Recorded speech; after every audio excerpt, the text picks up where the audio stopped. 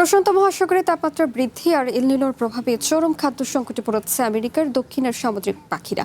Peru ও চিলের শীতল জলের বাসিন্দা এসব বিরল প্রজাতির পাখি খাবারও বেঁচে থাকার তাগিদে আমেরিকার দক্ষিণাঞ্চল ছেড়ে হাজার হাজার মাইল পাড়ি দিয়ে আশ্রয় নিচ্ছে পানামা উপকূলে। পানামা উপসাগরের আকাশে ডানা মেলে উড়ে বেড়াচ্ছে ব্লু ফুটেড বুবি কিংবা ইনকা টার্নের মতো দক্ষিণ আমেরিকার শত শত বিরল সামুদ্রিক পাখি। পেরু ও চিলির ঠান্ডা পরিবেশই এদের মূল আবাস। তবে হঠাৎ করেই পানামা উপকূলে এদের অস্বাভাবিক উপস্থিতি পরিবেশবিদদের উদ্বেগ বাড়িয়েছে।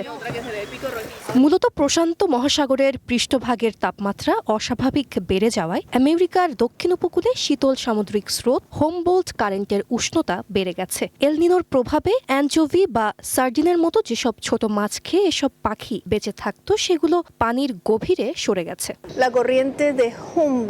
দক্ষিণ আমেরিকার উপকূল ধরে প্রবাহিত হামবোল্ট স্রোত একটি অত্যন্ত শীতল জলধারা, কিন্তু এল নিনোর প্রভাবে এটি উত্তপ্ত হয়ে উঠছে।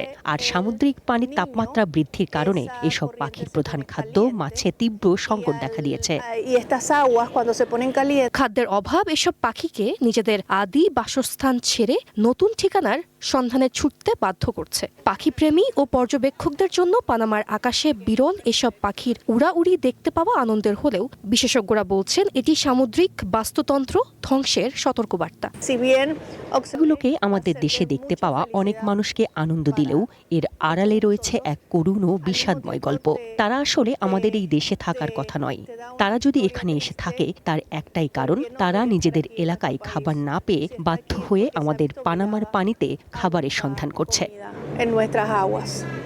জরিপ অনুযায়ী গত বছরের তুলনায় এবার রেকর্ড সংখ্যক বিরল পাখি দেখা যাচ্ছে পানামায়। বিশেষজ্ঞরা সতর্ক করছেন, সমুদ্রের তাপমাত্রা এভাবে বাড়তে থাকলে পাখিদের বংশবৃদ্ধি ব্যাহত হবে, যার ফলে বিলুপ্তির মুখে পড়তে পারে অনেক সামুদ্রিক প্রজাতি।